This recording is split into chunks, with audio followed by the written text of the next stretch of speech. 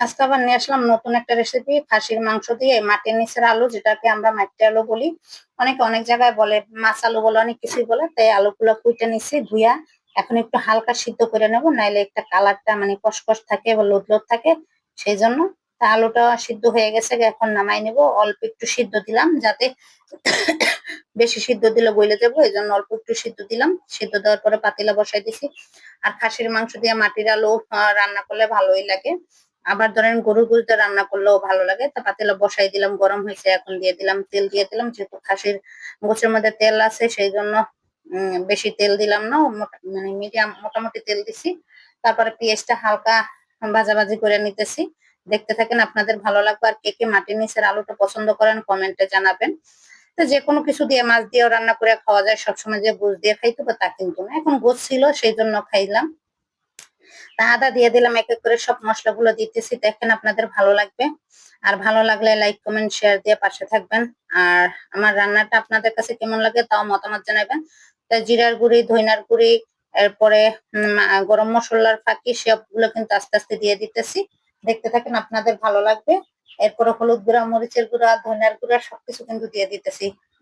দিয়ে সুন্দর করে কষাবো, ঠিক আছে? কষাইলে আর এই এই একটু মশলাটা বেশি দিলে কি, আলু তো একটু মিষ্টি মিষ্টি থাকে, তা এই একটু ঝালটা দিলে মিষ্টি মিষ্টি ডাল লাগে না। এই যে গরম মশলা দিয়ে দিলাম, লাস্টে দিয়ে দিলাম লবণ। সবসময় বলি, লবণ না দিলে আপনি খেতে পারবেন না, যত কিছুই হোক। লবণ যদি কম হয় তাহলে আপনি খেতে পারবেন না, না হলেও খেতে পারবেন না। তা সুন্দর করে কিন্তু কষানো হয়ে গেছে। হ্যাঁ, কষানোর পরে এখন দিয়ে দেবো ওই যে খাসির মাংসটা ছিল, সেই মাংসটা দিয়ে দেবো, যেহেতু কষানো হয়ে গেছে। হ্যাঁ ভাই, বলতে পারেন বড় লোক না, ভাই বড় লোক না।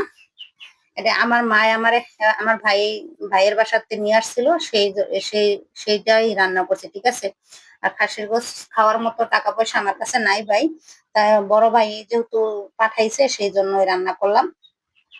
আর আমি রান্না করি সবসময় সাদা সিধা রান্না করি, দেখবেন আমার অত বড় বড় বড় লোকের চাহিদার মতো রান্না করা না, সবসময় চাই আমি যেভাবে সেইভাবেই রান্না করতে। তাই ঢেকে দিলাম, আপনারা দেখতে থাকেন, ঢেকে দিছি। এখন দেখছেন কালারটা কি সুন্দর আসছে, অসাধারণ একটা কালার আসছে, দেখার মতো। আর সবসময় চাই যে আমি সিমসাম ভাবে রান্না করি, সেই রান্নাটা আপনাদের কাছে সামনে আনার জন্য, যাতে মধ্যবিত্ত নিম্নবিত্ত যারা আছে তারা সবসময় খাইতে পারে। এখন আমি যদি বড় লোকের রান্নাটা রান্না করি ভাই, সেটা আমার পক্ষেও সম্ভব না, আর দেখানো সম্ভব না, কেননা আমি আনতে পারবো না, সেটা আমি কিভাবে দেখাবো বলেন? তাই সুন্দর করে কষানো হয়ে গেছে, পানি দিয়ে দিছে। এখন দেখেন সুন্দর করে আবার বলকাইছে, কালারটা কি সুন্দর, অসাধারণ একটা কালার আসছে। আমার রান্নাটা যদি আপনাদের ভালো লেগে থাকে, লাইক কমেন্ট শেয়ার দিয়ে পাশে থাকবেন, আর আপনাদের মতামত জানাবেন। এখন দেখেন কালারটা কি সুন্দর আসছে, জিরা গুঁড়া সবকিছু কিন্তু দেওয়া হয়ে গেছে, ঠিক আছে? দেওয়ার কারণে কিন্তু অনেকটাই ঝোল টেনে গেছে। এখন কিন্তু দিয়ে দেবো ওই যে আপনার আলুগুলা, যে আলুগুলা রাখছি সিদ্ধ করে, সেই আলুগুলা দিয়ে দেবো। সেই আলুগুলা দিয়ে তারপরে নামাই ফেলাবো। বেশিক্ষণ আর জাল দেওয়া লাগবে না, যতটুকু এই ঝোলটা টানতে যতটুকু সময় লাগে। কেন এই আলুটা আগে দেওয়ার পরে দেওয়ার কারণ হইলো, নাইলে ভাইঙ্গা যাইবো, বুঝছেন? ভাইঙ্গা গইলে যাইবো, আঠালো আঠালো হয়ে যাবে, এই জন্য আর ই করলাম না, এই জন্যই পরে দিলাম। তা দেখেন কালারটা কি সুন্দর আসছে। আর খাসির মাংসের তেলও ছিল বেশি, দেখেন অসাধারণ একটা কালার আসছে, দেখার মতো। আপনাদের যদি ভালো লাগে লাইক কমেন্ট শেয়ার দিয়ে পাশে থাকবেন, আর আপনাদের মতামত জানাবেন। আর কারা কারা মাটির নিচের আলু এভাবে খেতে পছন্দ করে, আর মাছ দিয়ে রানলেও ভালো লাগে আমার কাছে। যেহেতু আমার ছোটবেলায় নানি দেখতাম মাছ দিয়ে রানতো, শুধু শুধু মানে খালি খালি, মানে খালি তরকারিও রানতো, মাছ ছাড়াও দেখতাম নিরামিষ সবজির মতো একটা রানতো, ভালোই লাগে।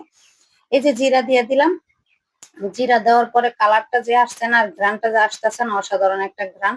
সেটা হয়তো বুঝাইতে পারবো না, রান্না যারা করে তারাই এটা, এই ঘ্রাণটা বুঝতে পারবো, ঠিক আছে? এছাড়া কেউ বোঝার মতো মানে ক্ষমতা থাকবে না। আর আমার রান্না কিন্তু প্রায় কমপ্লিট হয়ে আসছে, ঠিক আছে? অসাধারণ একটা রান্না হয়েছে, কার কার পছন্দ হয়েছে কমেন্টে জানাবে। আর ভালো লাগলে লাইক কমেন্ট শেয়ার দিয়ে পাশে থাকবেন, ঠিক আছে? আর সবচেয়ে কথা হইলো কি, আপনার একটা ভালোবেসে রান্না করবেন, সেইটাই সবচেয়ে মনে হয় ফ্যামিলির জন্য ভালো। ভালোবেসে যে কোনো কিছু রান্না করলে সেটা ফ্যামিলির জন্যও ভালো, আপনার জন্য ভালো। কেননা ভালোবেসে রান্না করলে ফ্যামিলির সবাই যদি খায়া বলে ভালো লাগছে, সেইটাই ভালো লাগা, ঠিক না? এখন আমি একটা রান্না করলেন, সেটা সবার কাছে ভালো লাগলো না, আপনার কষ্টটাই আরো কষ্ট বাড়াবে। যে সারাদিনে ক্লান্ত হয়ে পরিশ্রম করে রান্না বাড়াটা করলাম, সবার পছন্দ হলো না। আর আপনি যেটাই রান্না বাড়া করেন, সেটা যদি ফ্যামিলির কাছে ভালো হয়, সবচেয়ে ভালো লাগে। তা আমার রান্নাটা এ পর্যন্তই। সবাই ভালো থাকবেন। আর আমার রান্নাটা কেমন হয়েছে কমেন্টে জানাবেন। ভালো লাগলে লাইক কমেন্ট শেয়ার দিয়ে পাশে থাকবেন, আপনাদের মতামত জানাবেন। আমি সবসময় চাই এভাবে ভিডিও দিতে। ভালো থাকবেন, আল্লাহ হাফেজ।